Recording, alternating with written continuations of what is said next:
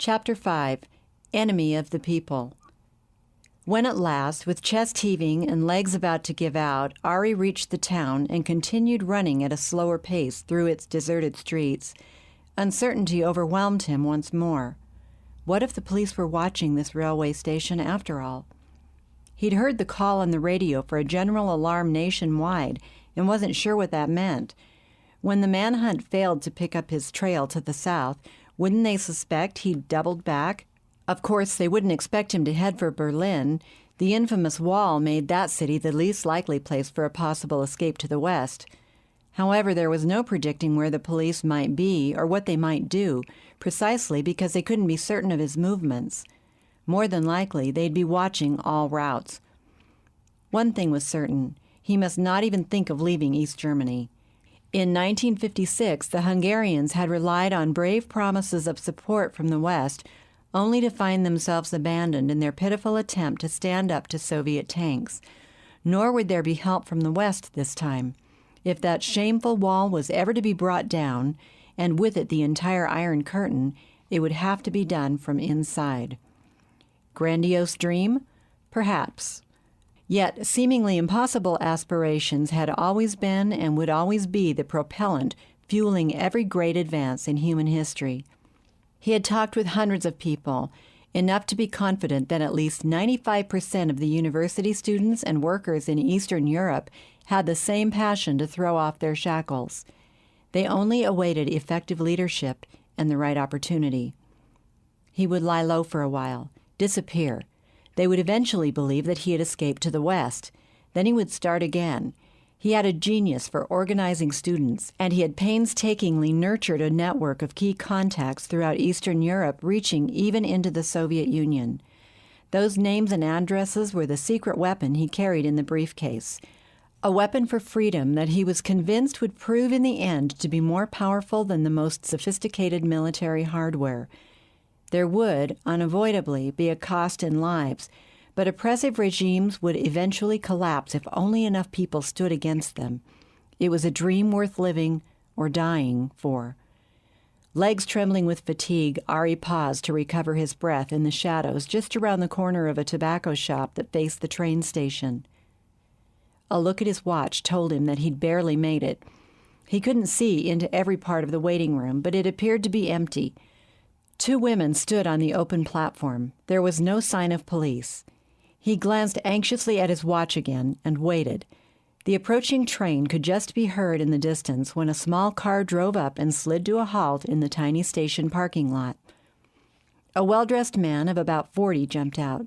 Carrying an expensive briefcase, he ran into the waiting room, bought a ticket, and hurried onto the platform, to all appearances a legitimate traveler, and all the more convincing because he was alone. The train pulled into the station, steel screaming against steel as the brakes were applied. Still, there was no sign of the police. 1 minute went by. The 2 women on the platform boarded. An elderly and poorly dressed woman he hadn't seen exited the waiting room and boarded wearily. 2 minutes. Another woman of about 50, bent under a heavy load wrapped in a huge cloth, shuffled past him and onto the platform, heaved her bundle up, and climbed aboard. Still no sign of police. 3 minutes. Now! Ari heard the sledgehammer blows of his heart as he hurried across the street, hat pulled down and handkerchief pressed to his nose, and walked straight through the waiting room. The lone clerk on duty was dozing and didn't even open his eyes. Running along the platform, he jumped aboard the last car just as the brakeman signaled for the doors to shut and the train pulled away. Ari went immediately into the small WC and locked the door. From his briefcase, he pulled out a kit prepared for just such an emergency.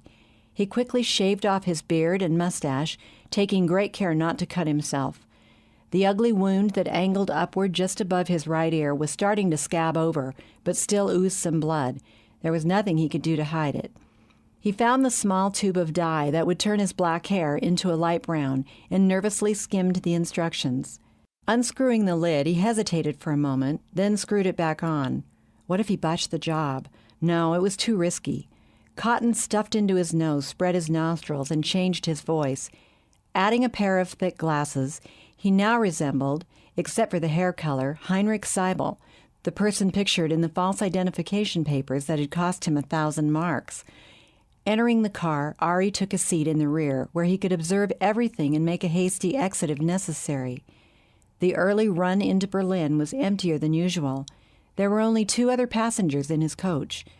Ari had just taken a magazine from his briefcase and pretended to be absorbed in reading it when the conductor came through to check tickets. "Sorry, I was late and didn't have time to get a Berlin ticket at the station." Ari kept his head averted so that his wound couldn't be seen. "What if I don't have one? You can't count on that," came the ill-tempered response. The conductor stirred angrily around in his bag, muttering about people who made his job unbearable. At last he found a Berlin ticket, punched it, and gave it grudgingly to Ari, took his money, and then complained again under his breath about having to make change. That's what Marxism does, kills incentive. Ari turned his attention again to the magazine as the conductor headed doggedly back up the aisle. At least the grouch gave no indication of having been alerted to watch for a fugitive. Everything seemed normal. Of course, the police could come aboard at any station down the line. What then? Should he rely on his phony papers or try to escape? He'd have to decide that at the time. Somehow he would make it to that haven in Berlin. Fragmented thoughts drifted in and out as Ari fought to stay awake. It was a battle that he no longer had the strength to win. The dull, monotonous hum of the train's engine and the rhythmic clickety-clack of the wheels on the tracks quickly dulled his fear of danger and rocked him to sleep. How long he had been sleeping he didn't know, when he suddenly jerked upright in his seat, heart pounding, awakened by some instinct that signaled danger. Something wasn't right. The train was grinding loudly to a halt, but the feel and sound were different, not like the usual approach to the many stations along the route to Berlin, with which he was so familiar. Looking around, he noticed that he was the only passenger left in his coach. A quick glance out the window revealed, in the first rosy light of dawn, only the desolate reaches of farmland and heath. A highway no more than 50 feet away ran alongside the railroad tracks. What's going on? Now he could see the scarlet glare of emergency flares up ahead. A lone police car had pulled off the highway and was parked near the tracks, the rotating light on its roof flashing amber and red. 2 men in plain clothes stood by the car, waiting as the train screeched to a stop. Stasi! Had they found the car he'd abandoned already? It couldn't be. Instinctively, he made the critical decision.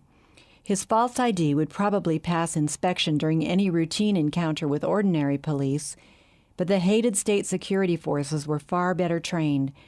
Under these circumstances, they'd be especially thorough. Better not risk it. Ari jumped from his seat and ran to the back of the car. Opening the exit door away from the highway, he prepared to leap out and make his escape.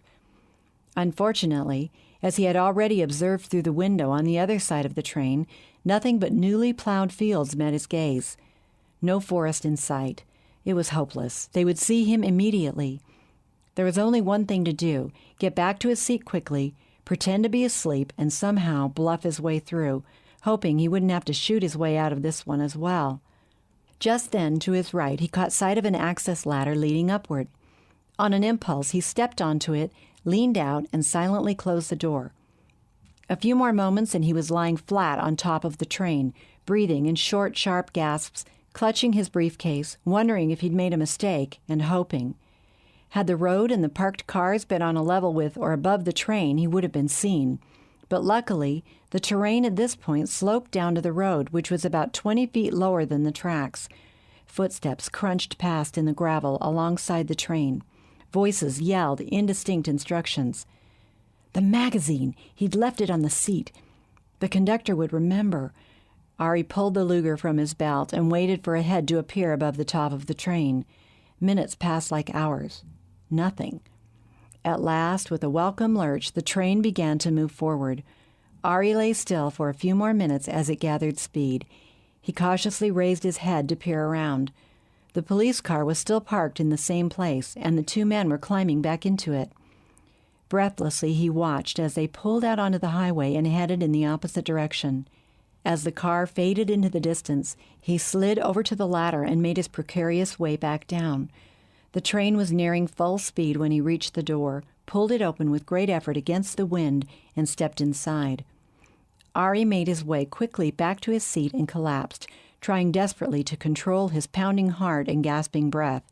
Then he noticed something that made his heart start pounding again.